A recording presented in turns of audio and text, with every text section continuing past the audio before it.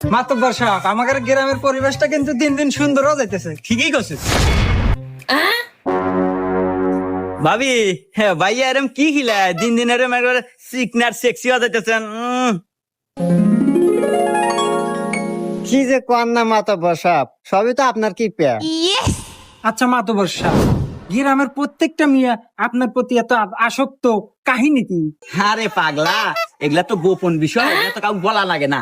তারপরে তুই যখন শুনতে চাইলি আমার কাছের লোক, তোকে বলাই যায়। শোন, তুই সকালে ঘুম থেকে উঠেই তুই যে মিয়ার এদের মুখের উপর দিয়ে এরম কোমল স্পর্শ দিবি, দেখবি যে সেই মেয়েই তোর বস। তুই যা কবি তাই শুনবো।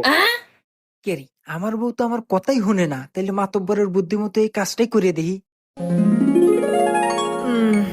হ্যাঁ কে রে, সকাল হয়ে গেছে, আমার তো মনেই নাই। যাই, মাতব্বরের বুদ্ধিমতো কাজটা করি।